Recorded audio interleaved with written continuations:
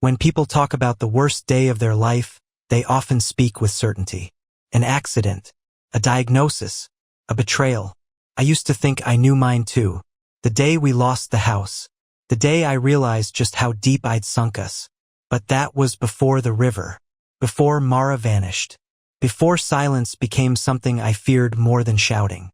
It's been nearly a year now, but some mornings, I still wake with the weight of her name heavy on my tongue. Not like a scream, more like the final note in a song played too softly. It never makes it to the air. We moved to the cottage in early spring, a season that should have felt like rebirth. Everything was budding around us. The hedges bristling with new green, the ground moist and forgiving beneath our feet. But I was rotting from the inside, and the beauty just made it worse. Mara didn't see that part of it. She saw the ivy climbing the east wall, the rust-colored chimneys, the crooked gate that squealed like it was laughing. She loved every inch.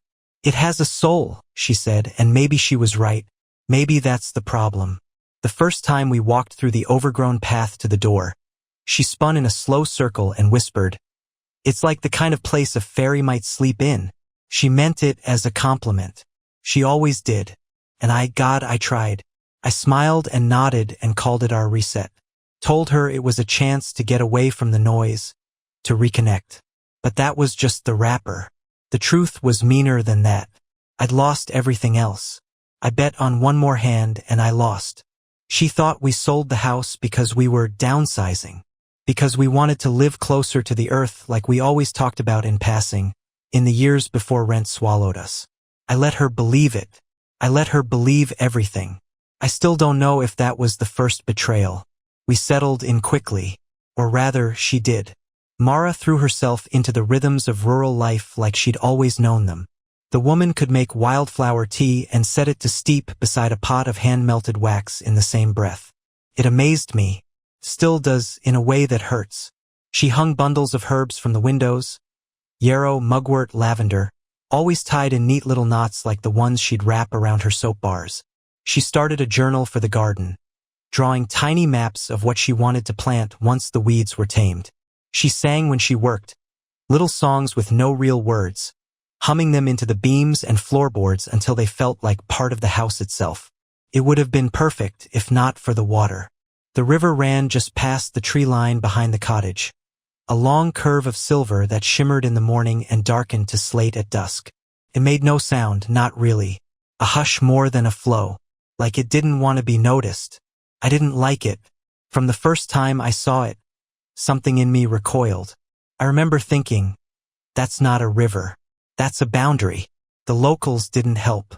The first time we went into the village shop, Mara, ever the social one, struck up a conversation with the shopkeeper, a man with hands like tree bark and eyes that didn't blink often enough. He didn't answer her questions about trails or foraging spots. Not really. Instead, he said something odd. The river wives don't like being seen. Mara paused, flipping the trail map in her hand.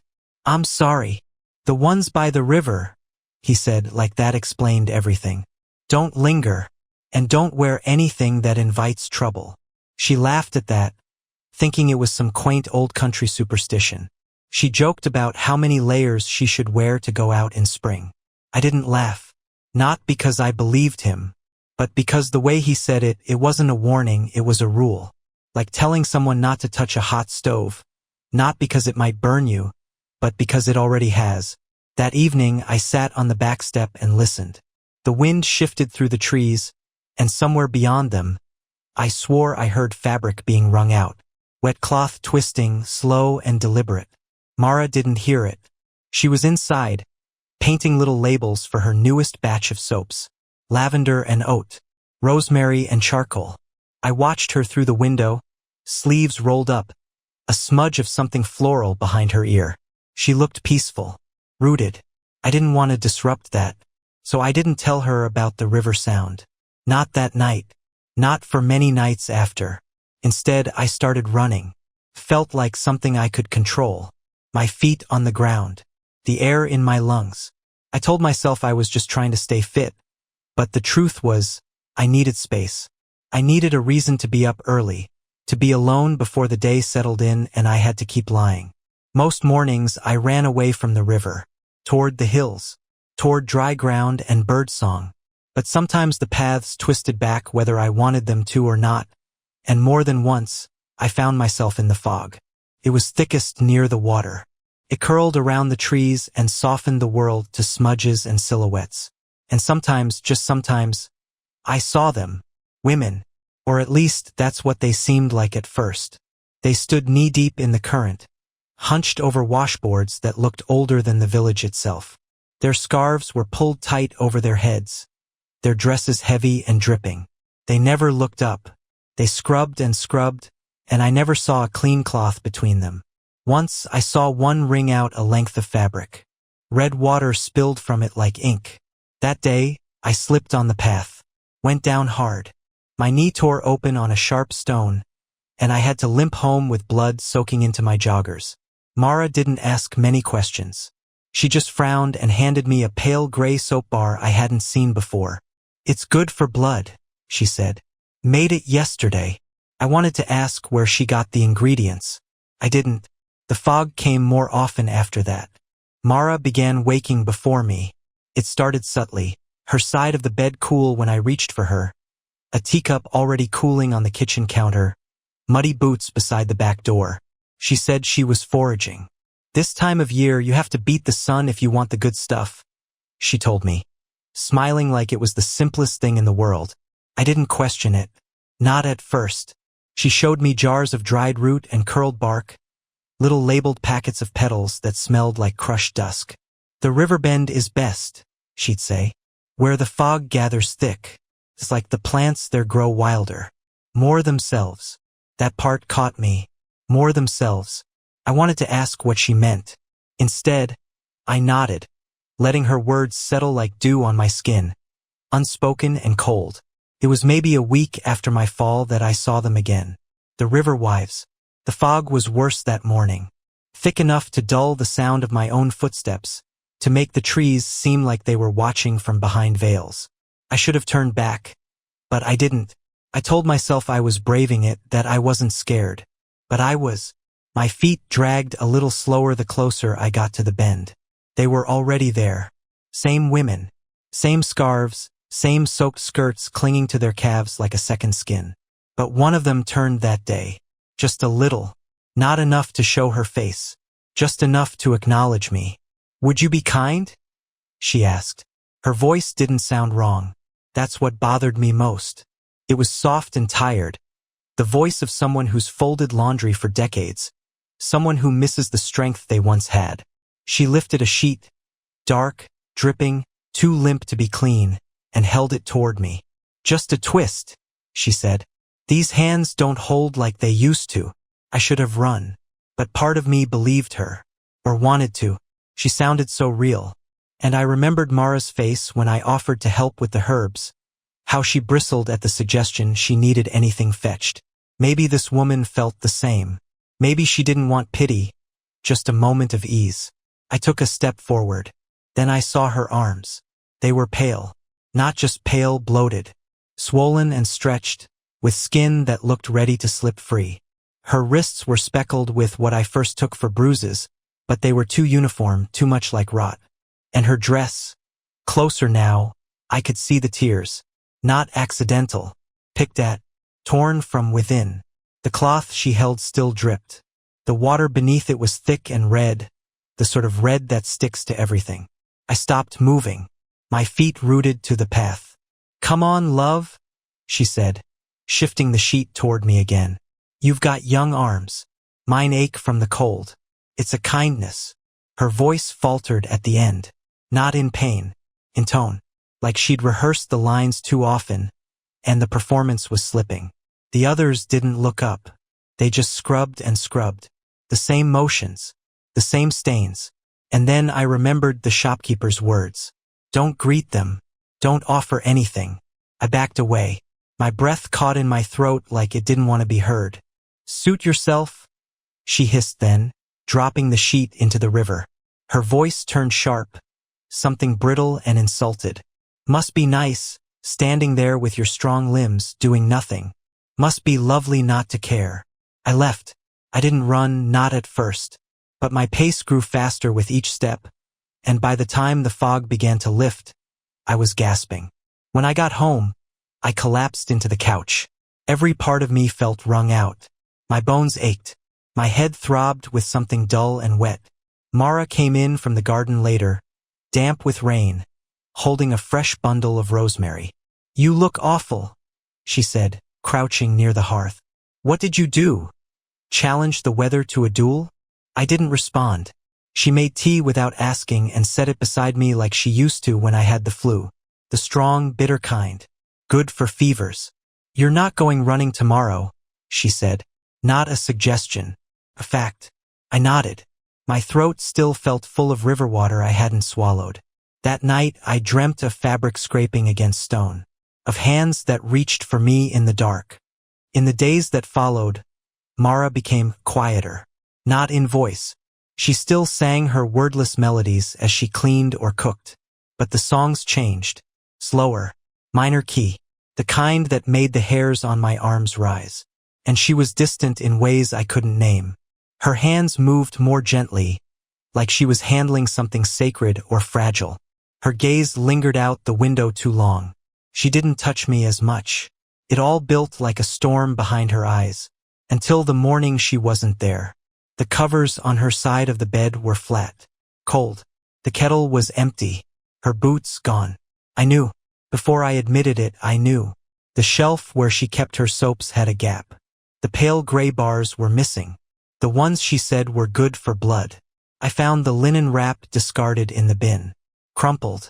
Changed mind. And still I waited longer than I should have. By the time I ran after her, the sun was too high. The fog already sinking into the fields. I followed the prints. Her boots left neat marks in the mud, clean and purposeful. They led to the river, to the bend.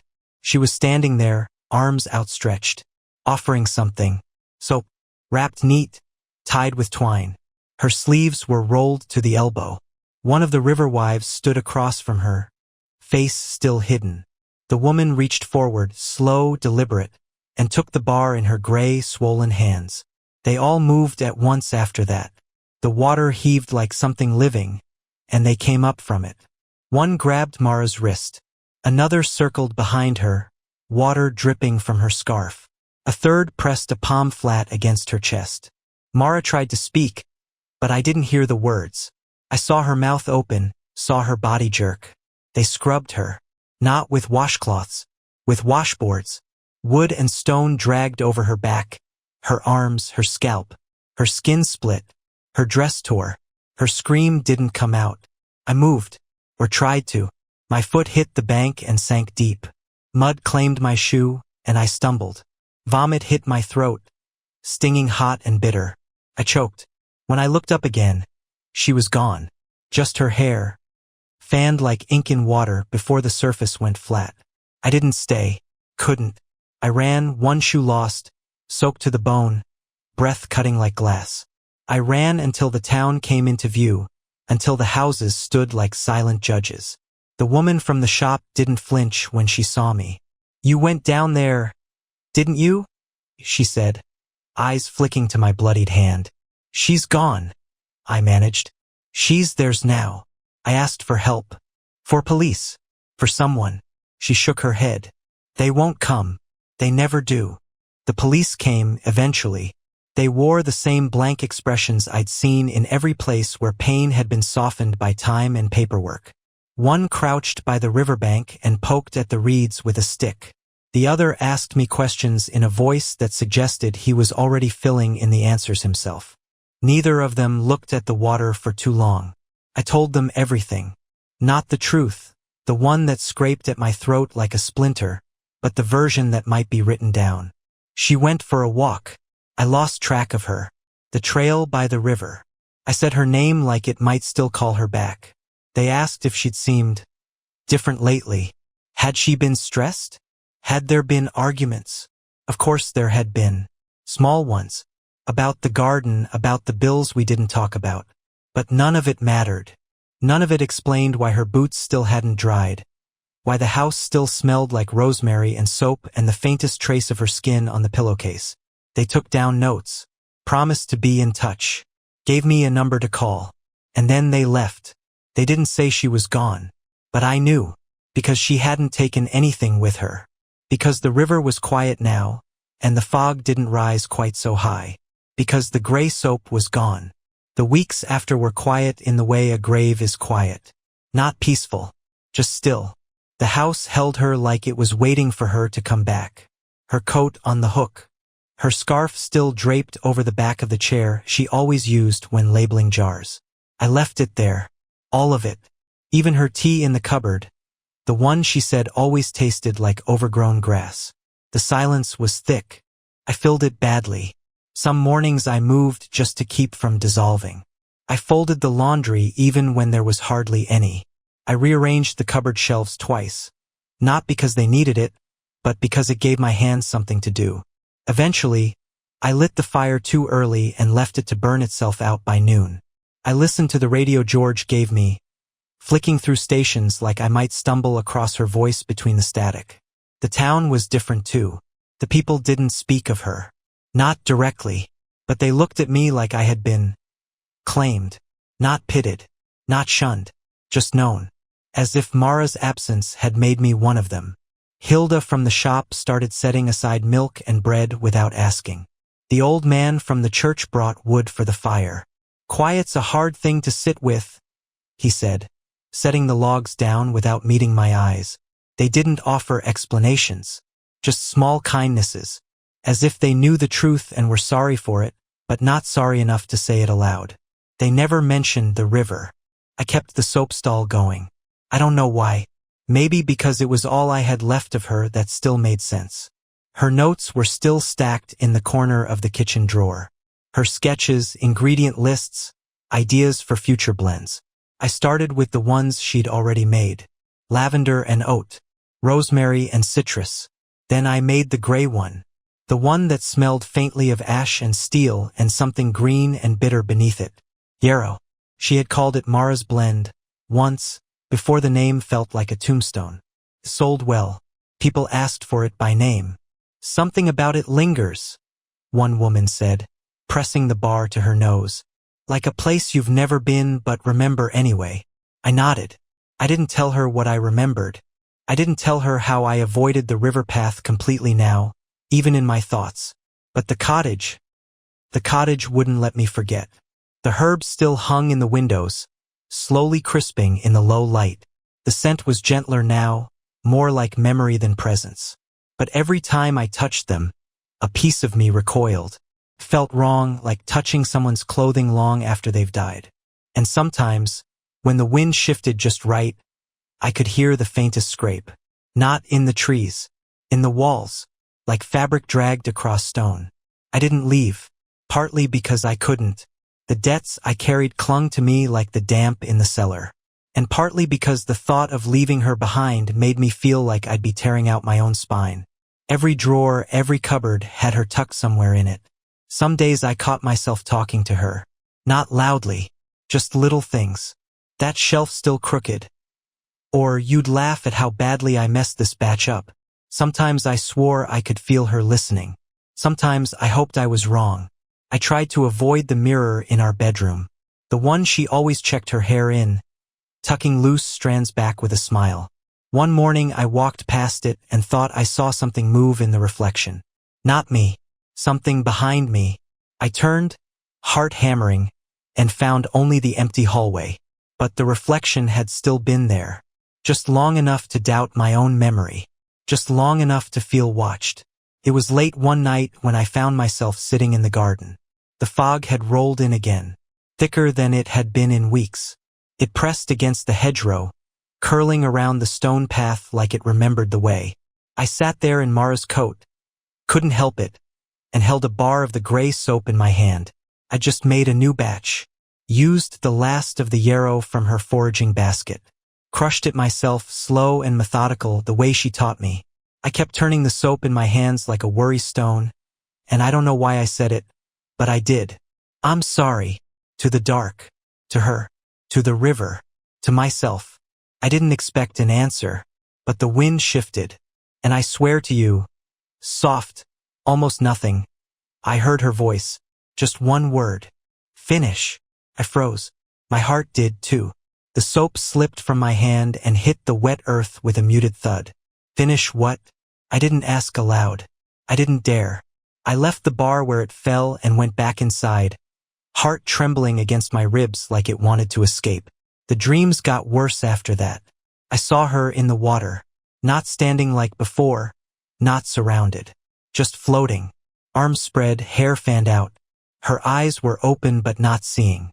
Her mouth moved like she was singing, but no sound came.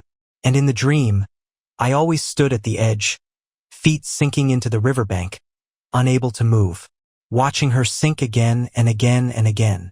Every time I woke, the house was colder, like something had passed through it, like something had paused beside the bed just long enough to look.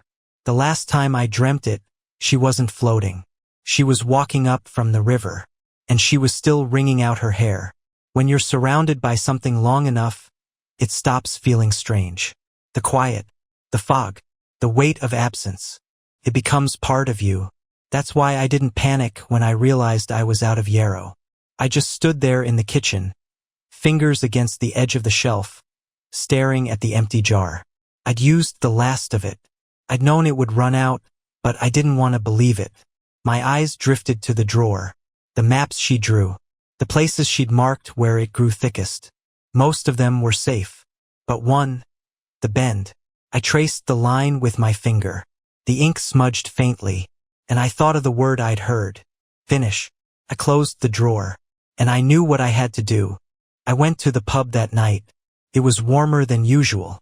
The fire had burned long, and the heat pressed soft into the wood-paneled walls. George was there, same stool, same pint, same tired look in his eyes like the world kept showing him things he'd rather not see. I sat beside him and said nothing for a while, just listened to the distant clack of darts and the quiet thrum of the radio. Then I asked, "You still have that shotgun?" He didn't turn to look at me, just raised his pint, sipped once and said, "What for?" "Foxes." I lied. "They've been in the garden, dug through the herbs, chewed through everything she planted." He finally turned. His eyes were darker than I remembered, not with anger, something older. "You know they weren't foxes." I said nothing. He sighed, a long breath like surrender, and nodded once. "One day, you bring it back." "I will." He gave it to me wrapped in oilcloth. It smelled of metal and damp wool, and the weight of it was heavier than I expected. Felt like judgment. I left before dawn. The cottage was still, and I moved quietly, not because anyone would wake, but because it felt wrong to disturb the silence she had left behind. I didn't say goodbye. I didn't bring the soap. I brought the gun. That's all. The fog was already curling low along the trail when I reached the path, but I didn't slow. It was as if my feet remembered every turn, every tree, every slip in the stones. They carried me toward the bend without question, as though this was what they had been trained for all along. When I reached the riverbank, I stopped. The water was still, the air cold. The fog held the world like breath caught between lips. And she was there, a woman in the river, back turned, head wrapped, dress soaked and hanging like it had been cut from the mist itself. I unwrapped the gun slowly. My fingers trembled, not from cold but from the truth of what I was about to do. I clicked the barrel open, checked the shells, and closed it again. The sound echoed louder than it should have. The woman stirred. Her foot dragged slightly through the water, turning. My arms rose, stiff and unfamiliar with the weight. I held her in the sights. Just a shape, just another ghost. But then she spoke. "Did you finally bring those biscuits you promised me?" My arms dropped. My hands shook. Her voice was wrong. Not because it was twisted, but because it wasn't. It was her. "Mara." I whispered her name like it might undo everything. She turned. Her face was pale, not from rot, but from the cold. Her eyes were hers, but dull. Not empty, just far away, like she was remembering something from a dream. She smiled, soft and weary. "You always did take your time." I stepped into the mud, the barrel of the gun dragging behind me. Mara, I said again, louder this time. Come back. She tilted her head. They're quieter now, she said. They don't shout like they used to. They just work. I moved closer. The mud tugged at my boots. You don't have to stay here, I said. You can leave with me. We can go. She looked past me to the trees, then down to the water around her knees. No, she said softly. You don't leave. Not really. Once you see it, once you know. It sees you too. Behind her, others began to surface. Slowly, silently, women with pale scarves and heavy dresses.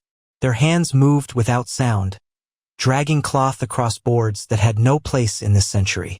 The air turned colder. I raised the gun again, but I didn't aim at her. She looked at the barrel, then at me. You wouldn't, she said. I lowered it.